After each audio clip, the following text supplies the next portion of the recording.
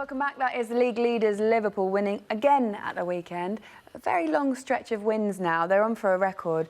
In fact, they've already got a record for Liverpool, but they're on for the record, which is Manchester City's at the moment in terms of most wins strung together in Premier League. How different was it, though, this win against Chelsea at the weekend? And does it show that digging deep and winning in a different way is the way that you win titles?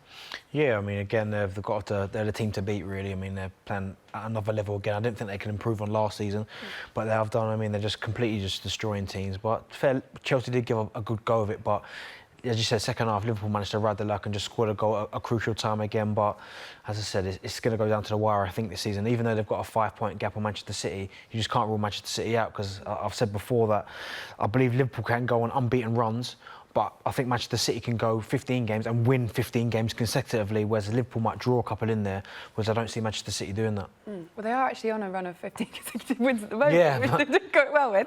Do you think now, as they are this season, they are stronger than they were last season? I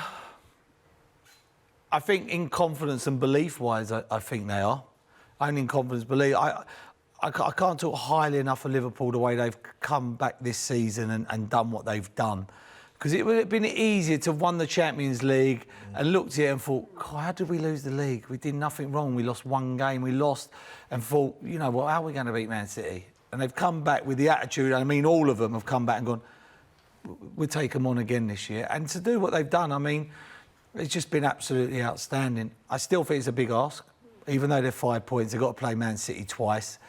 And they've got to rely on certain players staying fit for every single football match. For every single football match. And that takes its toll. That takes its toll as a season. You know, Van Dijk played all the way through the summer with Holland. You know, and all the players are going away. Firmino, for me, is a big player for them. Big player. So he goes to Brazil in international breaks. I still think Man City. Do you think Man City, considering the injuries that they've had, though, in important positions, especially the centre-back position, do you think that they are the team that they were last season? No, I definitely think attacking-wise, yeah, they're just as good, just as potent, got players that can score.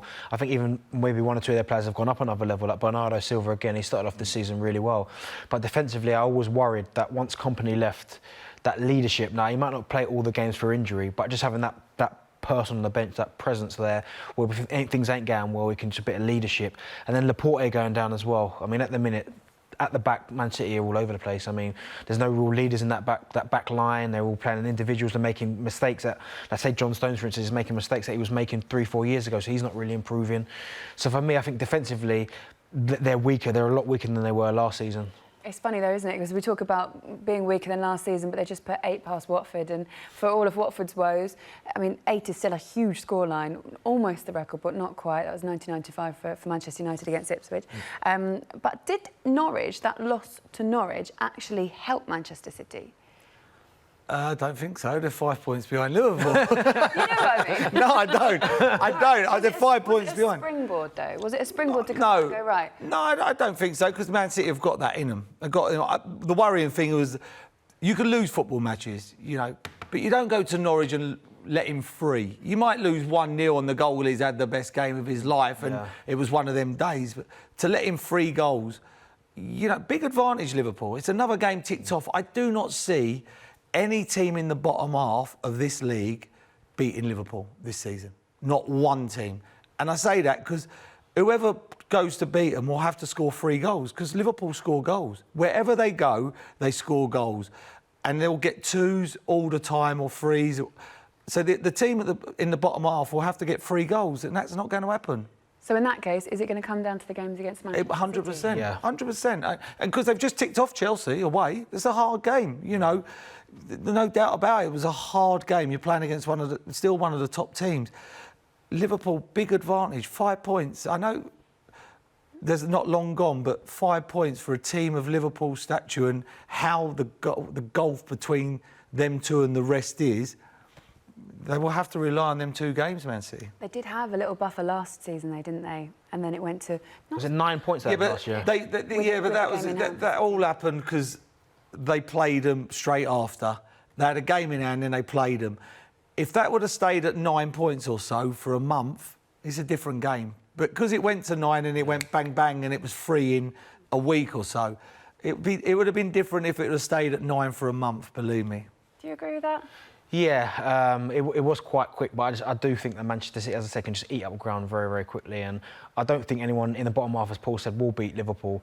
But I said Manchester City are just like relentless and will just keep going and going. And as I said, that mental toughness that they showed last season to just keep winning games and to pip them, I think will put them in good stead again this season, because they'll think, well, we don't matter how many points we are behind, like we know we've got it in our capabilities to catch them. And Liverpool, and Liverpool have been beaten in the Champions League. Man City have got a walk in the park group.